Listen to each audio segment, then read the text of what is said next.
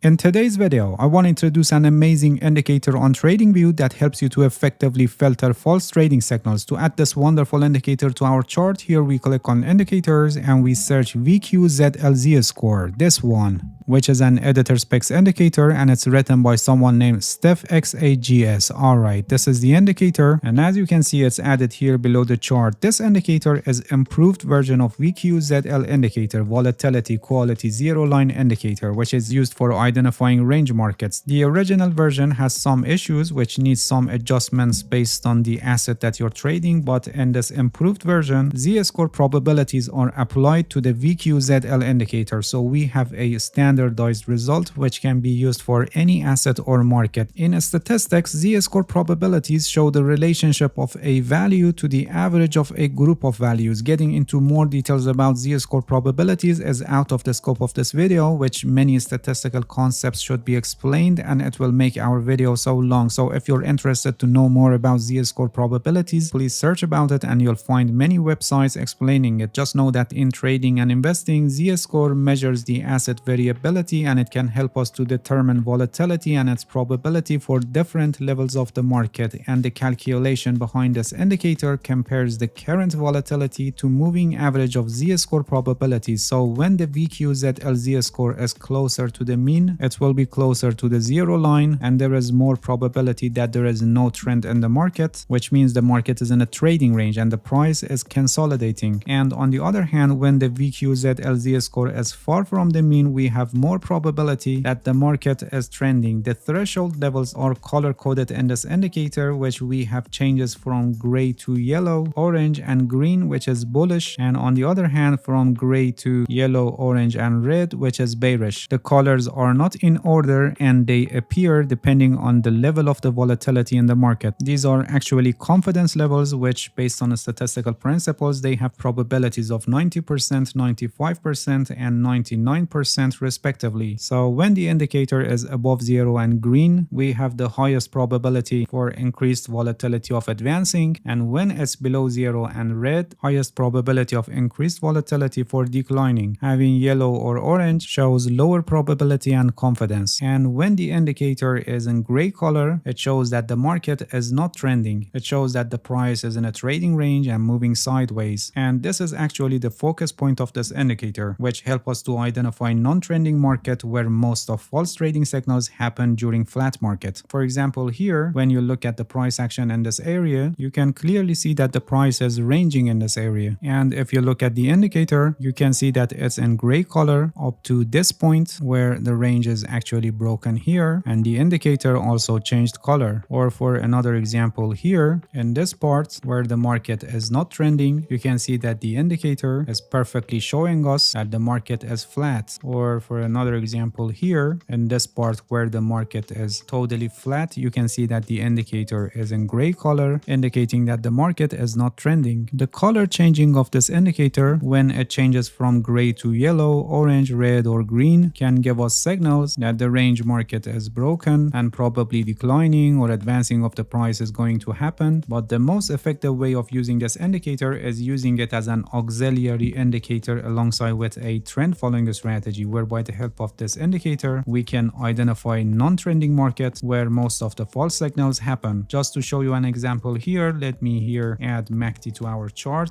moving average convergence divergence, this one, and let me change its settings. Here we go to the indicator settings, and for the fast length we set it at 34, and for the slow length we set it at 144, and then we go to the style tab and we remove MACD line and signal line, and then we add another indicator to our chart, which is stochastic oscillator, this one, and for this indicator we must also change its settings.